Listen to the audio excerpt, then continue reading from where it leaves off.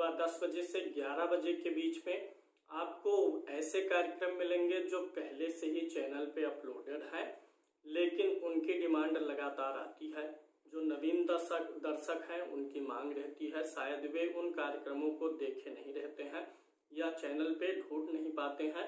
तो सुबह 10 बजे से 11 बजे के बीच में ऐसे कार्यक्रम अपलोड किए जाएंगे जो पहले से ही अपलोड है लेकिन मोस्ट डिमांडिंग में रहने वाले हैं। तो उन कार्यक्रमों को इस समय अवधि के बीच में आपको हम दोबारा दिखाने का प्रयत्न करेंगे जिनकी मांग बहुत अधिक रहती है। तो आज का क्या विषय है, आज कौन सा वीडियो है, उसके बारे में जान लेते हैं। आज का विषय है चंद्रमा का द्वादश भाव में फल। कल के कार्यक्रम में हमने सूर्य के बारे में देखा कि सूर्य का 12वें घर में क्या रिजल्ट आता है। आज हम देखेंगे चंद्रमा का फल।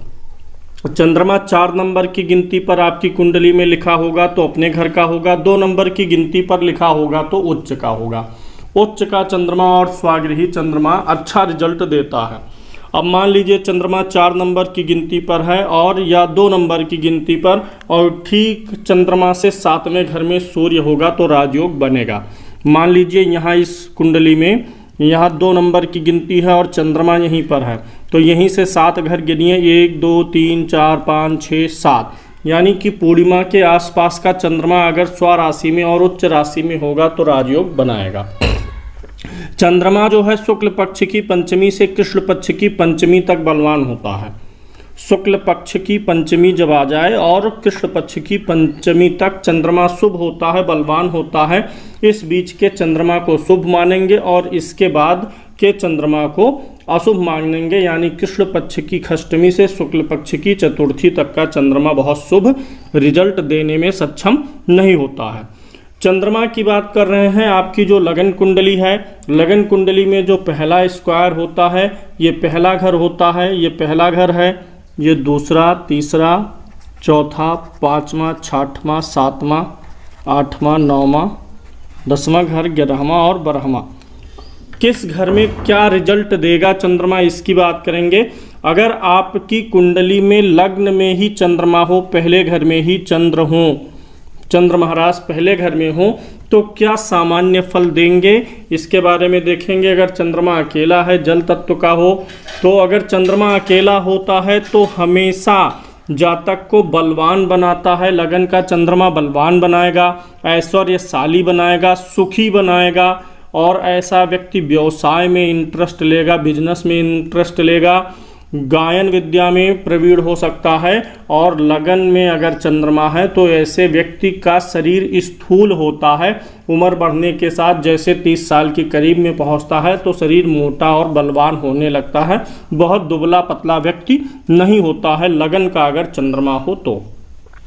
दूसरे भाव में अगर चंद्रमा हो तो मधुरभाषी बनाएगा, सुंदर बनाएगा, भोग विलास में रुचि देगा। अगर दूसरे घर में यहाँ पर चंद्रमा है तो भोग विलास, यानी पहले घर का चंद्रमा अच्छा प्रभाव देता है।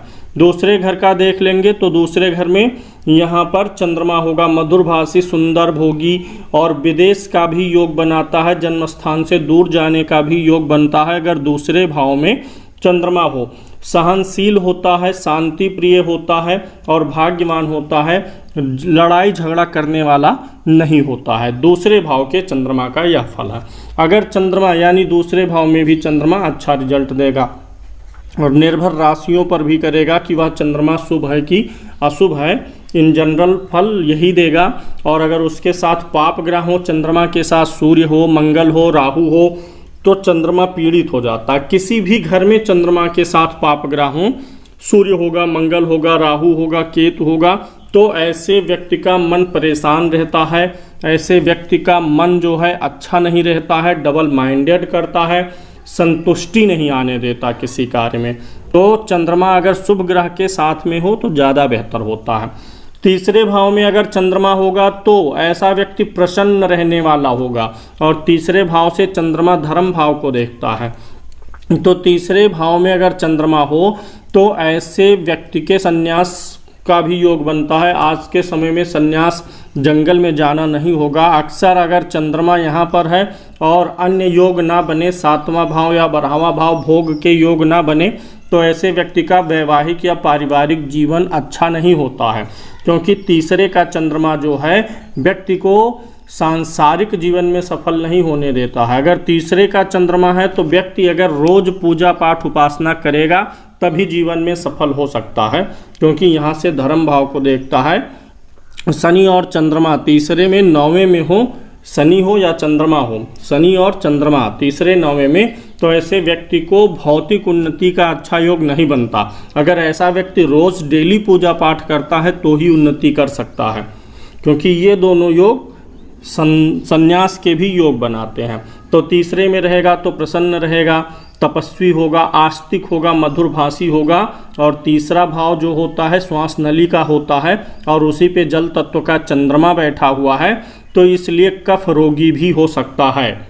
चतुर्थ भाव का चंद्रमा क्या फल देगा? चतुर्थ भाव में चंद्रमा हो तो ऐसा व्यक्ति दानी होता है, दान देने में ऐसा व्यक्ति संकोच नहीं करता, इंटरेस्ट होता है, ऐसा व्यक्ति दान पुण्य करता रहता है, मानी होता है, मान सम्मान मिलता है, सुखी होता है, उदार और परोपकारी होता है। और ऐसे व्यक्ति को रोग कम होते हैं, ज़्यादा रोग ऐसे व्यक्ति को परेशान नहीं कर पाते हैं। और ऐसा व्यक्ति जिसके चतुर्थ भाव में चंद्रमा हो, अगर ऐसा चंद्रमा अशुभ हो गया या जल तत्व में है तो ऐसे व्यक्ति को जल से खतरा होता है, जल तत्व से खतरा होता है, सर्दी खांसी कफ की भी शिकायत बनाता है। अगर पांचवें भाव में चंद्र हो तो ऐसे व्यक्ति को कन्या संतान का सुख अवश्य मिलता है, पुत्र का भी मिलेगा लेकिन कन्या का तो अवश्य मिलता है। पांचवें में हो तो ऐसा व्यक्ति जो है चंचल बुद्धि वाला होता है। अगर पांचवें घर में चंद्रमा है तो चंचल बुद्धि बनाएगा और ऐसा व्यक्ति जो है सदाचारी हो सकता है, लॉटरी या सट्टे से, शेयर मार्केट आदि से भी धन कमाने वाला हो सकता है, क्षमाशील होगा। यानी चंद्रमा पांचवें घर में भी अच्छा रिजल्ट देता है, तीसरे में, चौथे में, पांचवें में अच्छा रिजल्ट, क्योंकि अगर चंद्रमा इस बीच का है तब तो ये सारे फल बहुत अच्छे से देगा, इस बीच का नहीं है तो कुछ न्यूनता आ जाएगी। और चंद्रमा अगर इन राशियों में है तो बहुत अच्छा फल देगा। छठवें भाव में चंद्रमा का फल देखते हैं। छठवें भाव में चंद्रमा का फल बहुत अच्छा नहीं होता है। छठवें में हो तो चंद्रमा जल तत्व है तो कफ रोगी बना सकता है, श्वास का रोगी बना सकता है, समय समय पर बीमारी देगा, ऐसा व्यक्ति परेशान रहेगा, चिंतित रहेगा, खर्चीले स्वभाव का रहेगा, ऐसा व्यक्ति नेत्र रोगी और कब्ज मतलब डाइजेशन की प्रॉब्लम भी देता है। छठवें का चंद्रमा अच्छा नहीं होता है। छठवें का चंद्रमा रोग बढ़ाएगा, बीमारी बढ़ाएगा, खर्चे बढ़ाएगा, डाइजेशन खराब करेगा, तो छठवें के चंद्रमा को हम अच्छा नहीं लेंगे। क्रॉस मतलब हो गया कि अच्छा नहीं मानेंगे।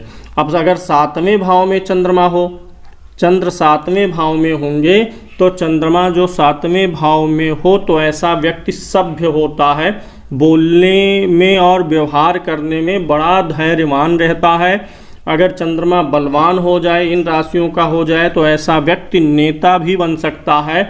ऐसा व्यक्ति जो सातवें स्थान में हो तो जल यात्रा करने वाला होता है, नेवी आदि में जाने का योग बनता है, या जल यात्रा भी शिप जो होती है उससे यात्रा का योग बनता है। सातवें का चंद्रमा स्फूर्तिवान बनाता है, शीतल स्वभाव वाला बनाता है और व्यक्ति प्रसिद्ध भी होता है। और अगर सातवें में चंद्रमा हो तो व्यक्ति व्यापारी के रूप में और वकील के रूप में भी सफल हो सकता है। सातवें का चंद्रमा बिजनेसमैन, एडवोकेट या जल तत्व से संबंधित, समुद्री यात्राओं से संबंधित व्यवसाय में सफलता दे सकता है। तो सातवें का चंद्रमा अच्छा मानेंगे।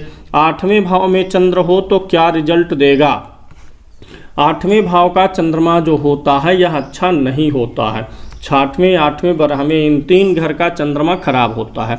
छठवें घर में अगर चंद्रमा, आठवें घर में अगर आपका चंद्रमा है तो रोगी बनाएगा, विकारग्रस्त बनाएगा, प्रमेह रोग देगा, आवश्यकता से अधिक कामी बनाता है। व्यापार में ऐसे व्यक्ति को अचानक नुकसान हो सकता है। ऐसा व्यक्ति बोलने वाला होता है, बहुत वाचाल होता है और फर्जी स्वाभिमान दिखाता है, बेवजह का स्वाभिमान प्रस्तुत करता रहता है और ऐसे व्यक्ति को कारागार का भी या बंधन का भी योग बनता है और ऐसा व्यक्ति दूसरों से ईर्ष्या करता है तो रोग भी देगा, बीमारी भी देगा, ईर्ष्यालु बनाएगा और ऐसे व्यक्ति के अंदर दिखावापन भी रहेगा। तो 8वें का चंद्रमा नहीं ठीक है। नवम भाव में चंद्रमा हो, चंद्रमा नवम भाव में हो तो ऐसा व्यक्ति बड़ा धार्मिक होगा। नवम भाव में चंद्रमा अकेला हो, उसको कोई ग्रह ना देख रहा हो और चंद्रमा के आगे पीछे जो ग्रह हैं वो चंद्रमा से 30 अंश से अधिक की दूरी पर हो तो ऐसा व्यक्ति सन्यासी बन जाएगा। वही सिद्धांत यहाँ पर भी लागू होगा तीसरे घर में।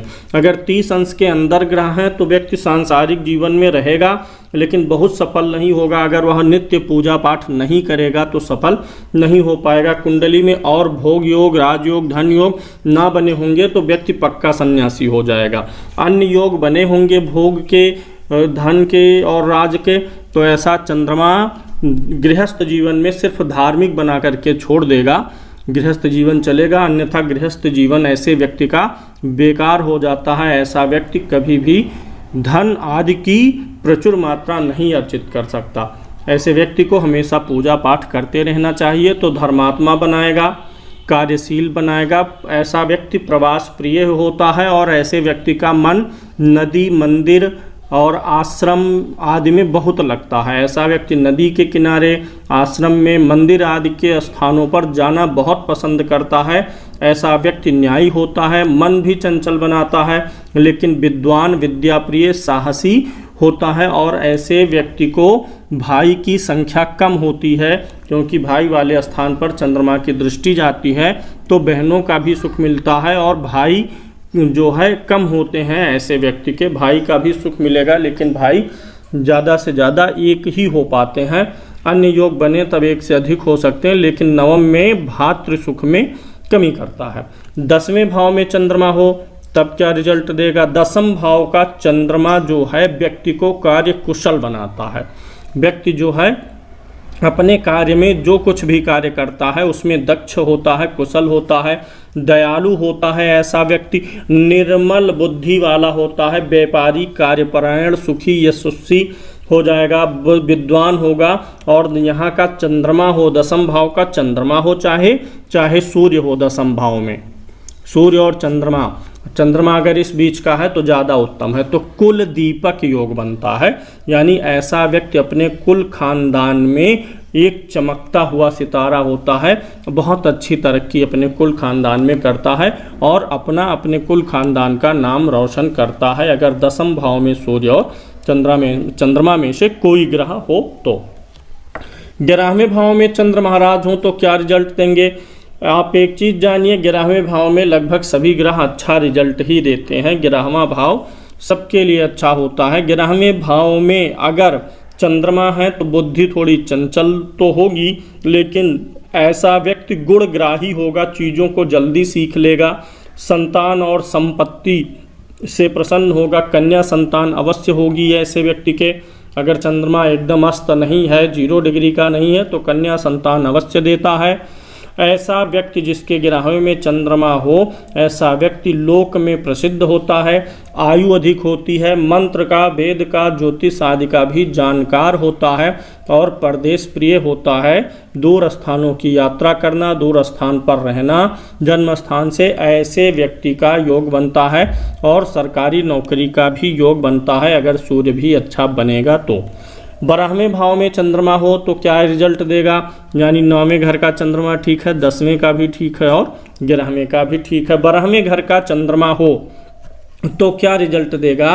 12वें घर में चंद्रमा ठीक नहीं होगा, 6, 8, 12 का ठीक रिजल्ट नहीं देता है। अगर 12वें घर में चंद्रमा है तो 12वें घर का चंद्रमा नेत्र रोगी बना सकता है, 12वें घर का चंद्रमा चंचल बना सकता है, कफ रोग दे सकता है, क्रोध देता है व्यक्ति को, पाप पीड़ित हो तो व्यक्ति को डिप्रेशन देगा और ऐसा व्यक्ति अकेला रहना पसंद करेगा।